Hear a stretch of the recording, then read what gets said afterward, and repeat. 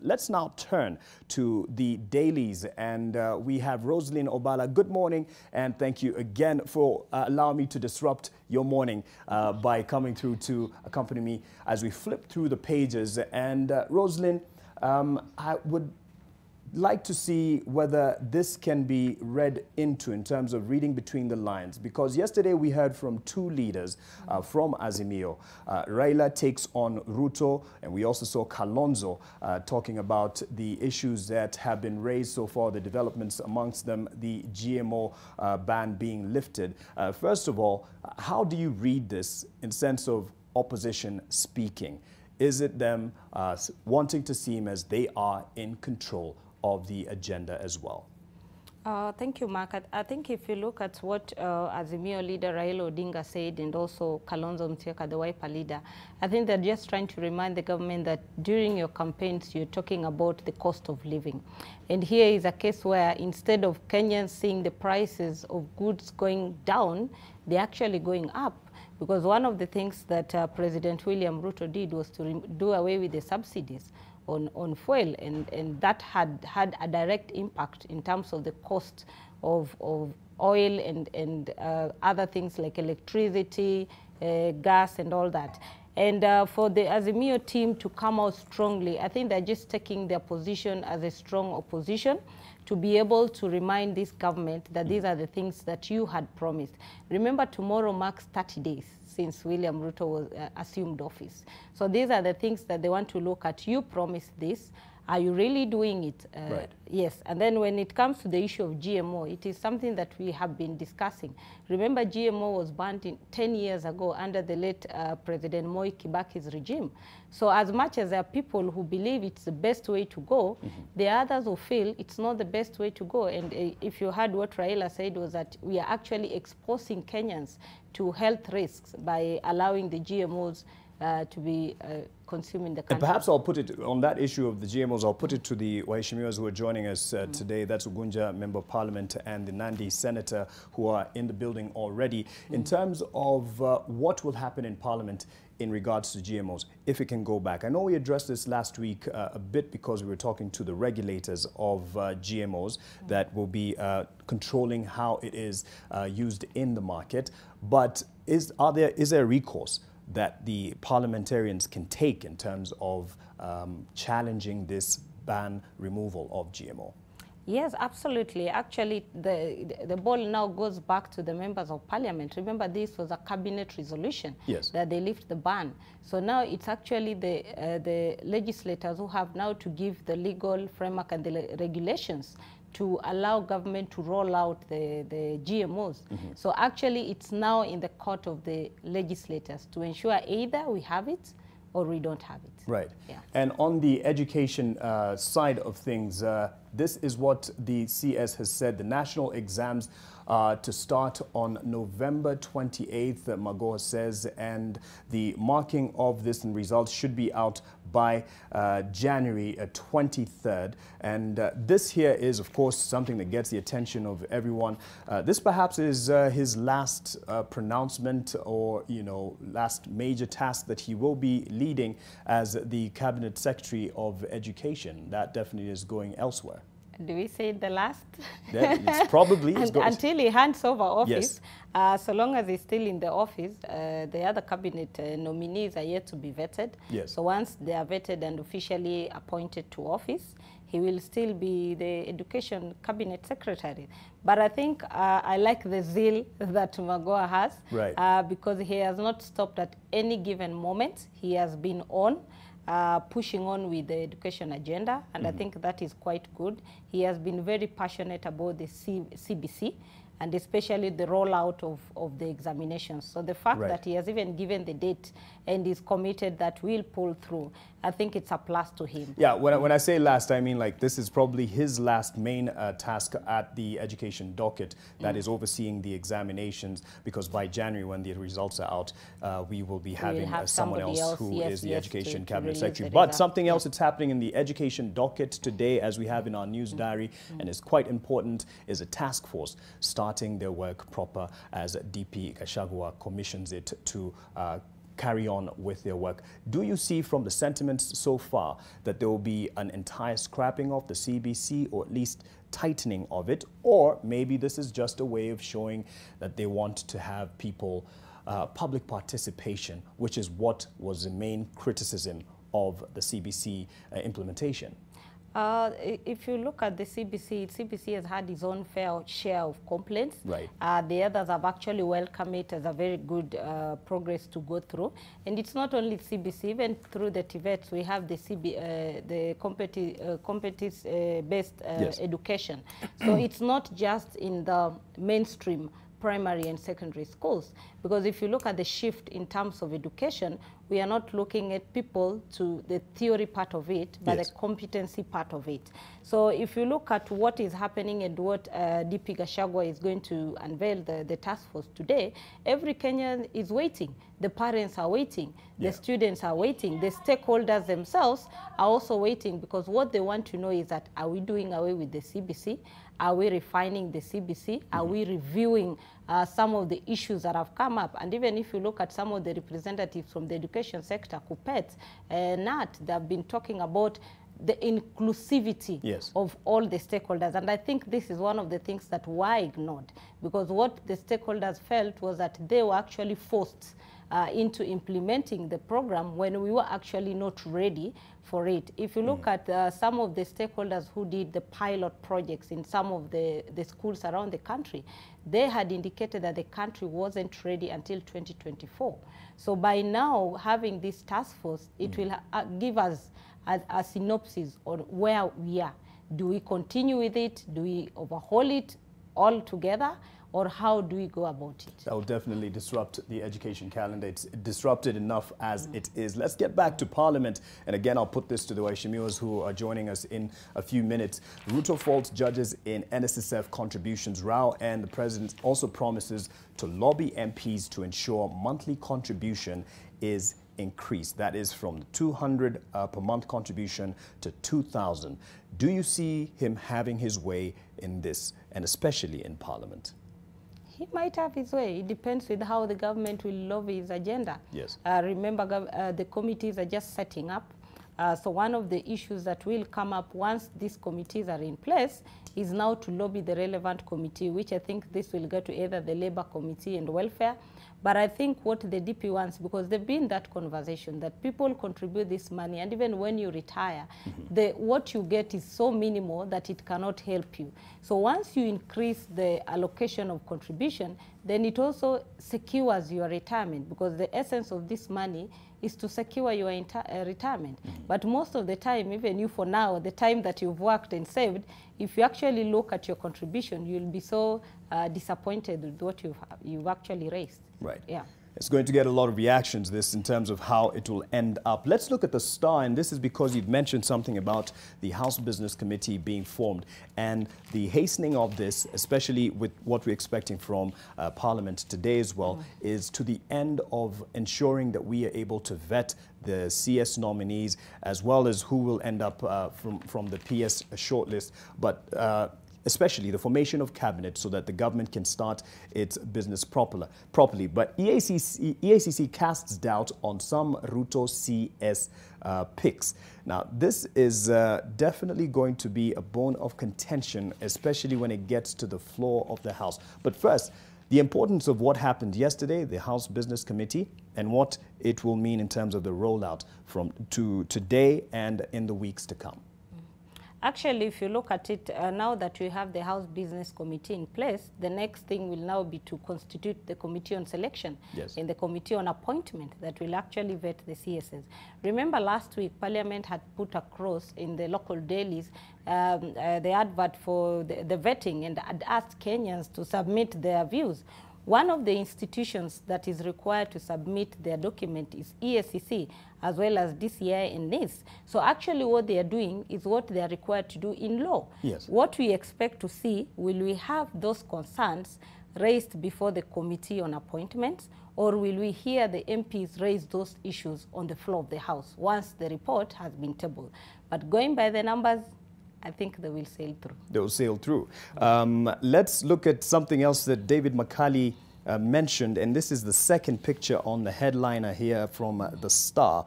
And this is the leader of Azimio who had attended Bunge la Wananchi sitting in Jivanji Gardens yesterday. Now, David Makali, our senior, looked at this and said, this was a wrong move. Why are we letting him stoop this low? Do you see that as stooping low? Raila going to Bunge la Wananchi? I disagree with my senior, because where do we start our politics? Every single day when you want to know where the country is headed or what the people feel, you go to Bunge la Wananchi. At every time at lunchtime, they're always there at Jivanji and other areas discussing the issues of the country. So for the Azimio leader to actually do an impromptu visit and actually engage the leaders, he wants to really have a feel of what Kenyans are feeling. So I think this was very proper, and our leaders should actually do this more. Right. Yes. And he hinted that his course of action will really start after 100 days, that he's waiting on 100 days, and at least contrast that to the promises made during the campaigns to start his work as the opposition leader, much as he's already started talking. Is that where we see this opposition really coming in to fill its shoes and its place that has been vacant for quite some time? And I totally agree with you. I think the handshake, as long as it brought the country and brought peace, one of the things that the country really missed was an official opposition to put the government to check. Yes. Now, by the time that these leaders are now talking about actually taking in place their position, then I think it's a plus to Kenyans, because the government of the day must always have the checks and balances. Without that, absolute power corrupts. So if there is nobody to actually pinpoint what you're doing, and remember, President Ruto had given us promise. There were things he was supposed to do in 100 days. Right. So even as the opposition seeks to do that, even the media will take its own position to ensure that we ask the tough questions. Have they actually actualized what they said within the 100 days? Right, and you've said 30 days is tomorrow, Yes. and we'd still need to check on some of the main issues that they would have wanted to achieve in the first few days in office. I want to use the standard headliner there, Raila Kalonzo, new plan to rein in Ruto, again to speak to the place of the opposition and ask, do we need to hear from Martha Karua? She has been quiet for quite some time. Are there questions there from where you sit? I don't think so. I don't think so, because when Kalonzo speaks, he speaks on behalf of Azimio. When Raila speaks, he speaks on behalf of Azimio. When Karua speaks, she speaks on behalf of Azimio. And they also have representatives in parliament who actually do the bidding for the opposition. So I don't think even if she's quiet, it has anything for us to ask questions why she is quiet. So long as Azimio, as a coalition party, is active, we believe that she shares all the ideologies and the stand that the coalition has taken. So no question about them all speaking for Azimio, that is Martha Karua, Kalonzo and Raila. But the question is, and it needs to be answered, the substantial leader of opposition. Is it still undisputed Raila Amolo Odinga, or do you see him taking a backseat? This was a question a few weeks back in terms of them looking at the days ahead on whether he would, hone the next leader of opposition. But is he still going to retain this? I think one of the things that we need to tell our viewers and listeners is that we don't have an official opposition. If you look at the Constitution, we have a pure presidential system, and that is why you see we are even, you're going to engage the members of parliament on the issue of minority and majority. Right. And that is why even in parliament, if they dissent on issues, they're supposed to have a minority report that dissents what the majority have. But in terms of having an official opposition, you play the critical role to keep check of government. But if you look at the structure that we have, we don't even have the shadow cabinet secretaries that we used to have in the old constitution. So these are, I think, some of the things that negated the push to have the BBI, because the BBI, they had discovered the loopholes that we had in this constitution. And that is what they wanted to cure. And that is why they were pushing for an hybrid system where we have the mixture of the pure presidential and the parliamentary. So are we, factually wrong by, referring to Raila as the leader of opposition? That place in terms of a democracy is still there. Yes. whether or not it is spelt out in the Constitution. Yes, it is, and for us to communicate with the public, Yes. that is proper, because if you tell them that he is not an official opposition leader, then where do we place him? Because he is neither in government, neither is he on opposition. So the fact that he is playing the role of the official opposition, that is why we refer to him as the official leader of opposition. But in terms of the government structure and the structure of our system, we don't have an office for the official leader of opposition. All right. Let's now speak to something else that is in terms of the fiscal position of the country.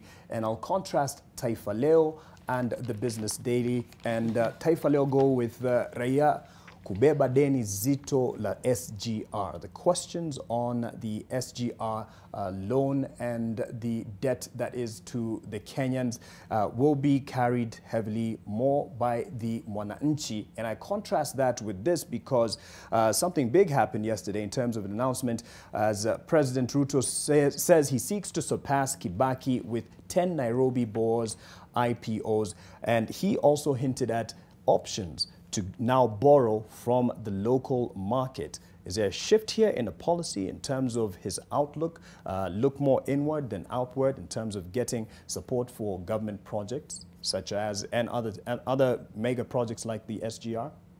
I think it's quite good that after this we are going to have the former chair of the Public Accounts and Invested Committee, that is Mheshimiwa Opiyo Wandayi. And the issue of SGR is something that his committee actually articulated in the last parliament. So I think he will be in a very good position to actually talk about the debt burden on SGR. But if you turn on the flip side, we have had, if you look at even the repayment of our public debt, which is up to over 1.3 trillion now, almost 800 and something is a Chinese loan that we took for the SGR. So that just puts you on where we are as a country. Two, when the government decides to borrow locally, what will happen is that we're going to have very expensive loans. And that is why we were going for the concessional loans from World Bank and IMF. And that was the argument even in Parliament, that the loans that we were getting from China were quite expensive, and we were asking them to look at the concessional loans that we can be given a long period of time to actually repay. So whichever way he looks at it, it will still shift the burden to the common Mwananchi. Right. And also looking at that, we can't quite go against our obligation as a nation. I'm talking about this, the Taifa Leo headliner there, Raila kubeba deni zito la SGR, in terms of the agreements for paying back on this loan and the arrangement with the Chinese government. We cannot go back. So is it more of a take on the heat or the pressure or the burden and see how far we go? Or is there any form of recourse that either can come from Parliament or even from the leadership of the President? I don't think we have a recourse, because remember on how the contracts were crafted. Remember, you had even requested the retired president, Uhuru Kenyatta, to give you a copy, and you're still waiting. So maybe the President William Ruto might make it public for us to know what exactly do we sign up for. Remember, there was a time that the audit reports indicated that if we default, then we were going to lose our port in Mombasa. So these are some of the issues that, yes, they are silent, but they are issues that we must confront as a country, because it was a loan that we took, and we must pay it, no matter how painful it is. Final comment on this, something that we're looking at in the news diary, and that is the appointment or announcement of the next DCI. How important this is as we look at the predecessor who has had, run-ins with the now leadership of the country, that is Kinoti, and the talk about the politicization of the fight against either corruption or going after those who are not aligned to the system. How do you see the next regime or the next leadership of DCI perhaps positioning or posturing itself against the leadership? If you've heard the comments made by President William Ruto and his deputy Rigathi Gachagua, they have constantly repeated that public servants will not engage in politics, right, as we had witnessed in the past regime. So going by their promise themselves, we'll hold them to account that we expect the officers holding public office to actually discharge their duties as they are required, without weaponization of the officers in terms of corruption or the investigation of cases they have. Okay. And I think that is what Kenyans are looking up to, that are we going to have cases investigated on merit without any favorism, no matter where you are, which position you hold. If you're being investigated, you should be investigated like any other person. That's right. Yeah. Thank you, Rose.